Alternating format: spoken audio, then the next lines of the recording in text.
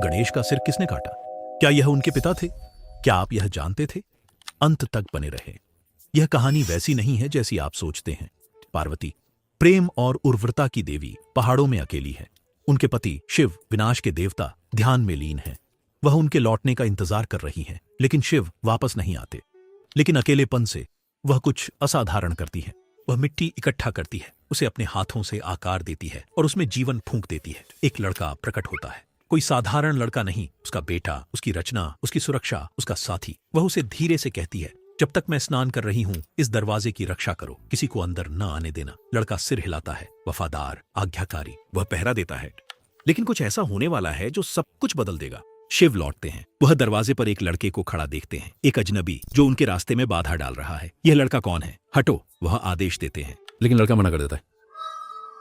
शिव को न सुनने की आदत नहीं है। वह स्थिरता में संकुचित दिव्य क्रोध है और जब प्रतिरोध बल से मिलता है तो वह प्रहार करता है। एक ही बार में वह लड़के का सिर काट देता है और पूरी तरह से सन्नाटा छा जाता है। लेकिन फिर पार्वती इतनी जोर से चिल्लाती है, वह बाहर दौड़ती है और अपने बेटे के निर्जीव शरीर को जमीन पर देखती है। तुमने क्या किया?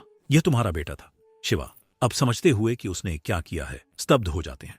उन्होंने इसे सही करने की कसम खाई, इसलिए वह चुपचाप पृथ्वी पर भटकते हैं, कुछ भी खोजते हुए जो चीजों को सही कर सके। लेकिन फिर जंगल में वह एक हाथी को देखते हैं, शांत, बुद्धिमान, निर्भीक। यह नहीं भागता, ये बस उसकी ओर देखता है। यही सिर वह चुनता है और उसे घर ले जाता है। शिव हाथी का सिर लड़के के शरीर पर रखते हैं। वह उसमें फिर से जीवन फूंकते हैं और लड़का उठ खड़ा होता है, अब रूपांतरित, अब दिव्य। यह लड़का गणेश बन जाता है, विघ्नहर्ता, आरंभों का रक्षक, हाथी की बुद्धि और पुनर्जन्म की शक्ति के साथ देवता। मैं हमेशा सोचता रहा हूं, ऐसी कहानियों का असल में क्या मतलब होता है? सिर्फ मिथक नहीं, बल्कि इसके नीचे छिपा संदेश। तो आइए इसे समझते हैं। यह कहानी सजा के बारे में नहीं है। यह उस बारे में है जब आपका पुराना स्वरूप आपके नए जीवन के लिए पर्याप्त नहीं होता। लड़का वही कर रहा था जो उसे बताया गया था। वह दरवाजे की रक्षा कर रहा था, आज्ञा का पालन कर रहा था, सुरक्षा कर रहा था। लेकिन जिसके खिलाफ वह सुरक्षा कर रहा था वह स्वयं परिवर्तन की शक्ति थी। यह कुछ ऐसा है जिससे हम सभी गुजरते हैं, है ना? जीवन में एक ऐसा समय आता है जब जो चीजें हमें सुरक्षित रखती थीं, वे अचानक बाधा बन जाती हैं। कुछ प्रकार की आदतों के बारे में सोचें, कुछ प्रकार के नियम। मनोवैज्ञानिक इसे स्कीमा क्रैश कहते हैं। एक स्कीमा आपके मानसिक नक्शे की तरह होता है कि दुनिया कैसे काम करती है और आप उसमें कौन है। मिट्टी के लड़के का स्कीमा सरल था। मैं रक्षक हूं, मैं अपनी मां के नियमों का पालन करता हूं। लेकिन वह पहचान शिव के लौटने से बच नहीं सकी। ये टूट गई। परिचित लगता है? आपने शायद खुद एक स्कीमा क्रैश का अनुभव किया होगा। याद करें।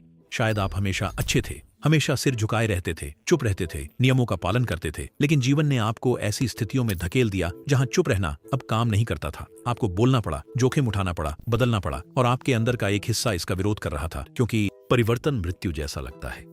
यही वह क्षण है जब आप दरवाजे पर खड़े होते हैं, कुछ बड़ा अंदर आने से रोकते हैं, क्योंकि आप उसे अभी तक पहचान नहीं पाते। शिव लड़के को क्रूरता से नहीं मारते, वह उस पहचान को तोड़ते हैं जो अब काम नहीं करती, क्योंकि लड़का तब तक दिव्य नहीं बन सकता जब तक उसकी पुरानी पहचान नहीं जाती। और यही सबक है। वास्तविक परिवर्तन विनाश जैसा लगता है। ये भ्रमित करने वाला, दर्दनाक होता है, लेकिन उस दर्द के दूसरी तरफ शक्ति होती है। आप उस व्यक्ति से चिपके रहकर समझदार नहीं बनते जो आप थे। आप समझदार तब बनते हैं जब आप उस चीज से बच जाते हैं जिसके लिए आप तैयार नहीं थे, और फिर भी बढ़ते हैं। यही गणेश का प्रतीक है। केवल शुरुआत नहीं, बल्कि वह दर्द जो अक्सर उनके पहले आता है।